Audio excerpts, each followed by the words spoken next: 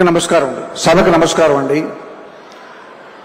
ఒక మహోన్నత వ్యక్తి రామోజీరావు గారి సంస్కరణ సభకి నన్ను ఆహ్వానించినటువంటి గౌరవనీయులు చంద్రబాబు నాయుడు గారు, పవన్ కళ్యాణ్ గారికి నా హృదయపూర్వక కృతజ్ఞతలు తెలుపుకుంటున్నాను. నాకు సంగీత దర్శకుడిగా జన్మనిచ్చిన రామోజీరావు గారు, ఆయనతో నేను గడిపిన క్షణాలు చాలా ఎక్కువ ఉన్నాయి. అందుకు నేను చాలా అదృష్టంగా భావిస్తుంటాను. ఆ క్షణాల నుంచి నేను నేర్చుకున్న విలువైన విషయాలు ఎన్నో ఉన్నాయి. వాటిలో మచ్చుకు ఒకటి ఏంటంటే, మద్యపాన వ్యతిరేక ఉద్యమంకి ఆయన వంతు కంట్రిబ్యూషన్గా ఆయన రకరకాల ఆర్టిస్టులతో, ఉద్యమకారులతో, రచయితలతో, సంగీత దర్శకులతో, గాయకులతో ఆయన తెలిసిన వాళ్ళందరినీ పిలిచి పాటలు రికార్డ్ చేసి ఆ ఉద్యమానికి సపోర్ట్ చేశారండి.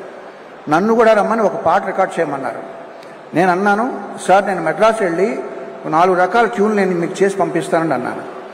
ఆయన కోసం చాలామంది బయట వెయిట్ చేస్తూ ఉండగా నాతో అన్న మాటలు ఏంటంటే, వద్దండి, ఒకే ఒక ట్యూన్ చేసి పంపండి, నేను మీకు దీనికి రెమ్యునరేషన్ ఇవ్వట్లేదు, నేను మిమ్మల్ని అభ్యర్థిస్తున్నాను, అభ్యర్థించేవాడికి ఆప్షన్స్ ఉండవు, అలా చేయకూడదు, ధర్మం కాదు అన్నారు. ఆ మొక్క ఆయన నాతో చెప్పడానికి 2 నిమిషాలు వెచ్చించాల్సిన పని లేదు, ఆయనకేమి లాభం లేదు. అంతటి మహోన్నత వ్యక్తి ఆయన. ఎన్నో విషయాలు నేను నేర్చుకున్నాను ఆయన దగ్గర నుంచి. ఆయన మీద బురద చల్లాలని ప్రయత్నిస్తే అది నడినెత్తి ఉన్న సూర్యుడి మీద రాయి విసరడం లాంటిది. బతికితే ఒక్కరోజైనా రామోజీరావు గారిలా బతకాలని నేను ఒక సభలో అన్నాను. ఇప్పుడు అనేది ఏంటంటే, మరణించినా ఆయనలాగే మరణించాలి. ఎందుకంటే కురుక్షేత్ర సంగ్రామంలో భీష్ముడు తన మరణాన్ని, తన మృత్యువుని ఆపి ఉత్తరాయణం వచ్చే వరకు కూడా దాన్ని నిగ్రహించి ఆపారు. ఆయన అదేవిధంగా తాను ఎంతో ప్రేమించే ఆంధ్రప్రదేశ్ కబంధ హస్తాల్లోంచి బయటపడడం ఆయన కళ్ళారా చూసి అప్పుడు నిష్క్రమించారు.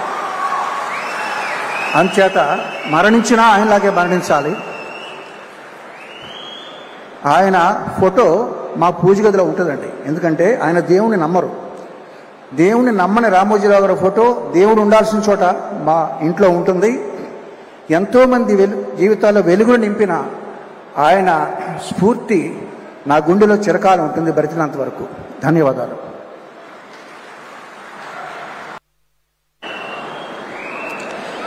అందరికీ నమస్కారం అండి.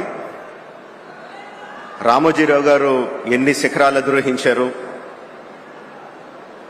ఆయన అధిరోహించడమే కాకుండా ఆయనతో పాటు ఎంతమందిని చేతులు పట్టుకుని ముందుకు తీసుకెళ్లారు, పైకి తీసుకెళ్లారు.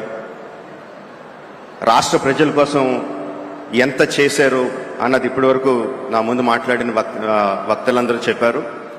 ఆడియో, వీడియో, విజువల్లో కూడా చూసాం. తర్వాత కూడా ఇంకా చెప్పబోతారు. అంతకన్నా నేను ఎక్కువ చెప్పగలను అనుకోవట్లేదండి, అంత సాహసం చేయట్లేదు. ఒకటే అడుగుతున్నా అండి, అంత చేసిన రామోజీరావు గారికి మనం తిరిగి ఏం చేయగలం? 100% అండి. ఆంధ్రప్రదేశ్ రాష్ట్ర ప్రభుత్వాన్ని, తెలంగాణ రాష్ట్ర ప్రభుత్వాన్ని, కేంద్ర ప్రభుత్వాన్ని కూడా రిక్వెస్ట్ చేస్తున్నాను ఈ వేదిక మీద నుంచి, రామోజీరావు గారికి భారతరత్న ప్రదానం చేయడం సముచితం, సబబు. నమస్కారం అండి. Thank you.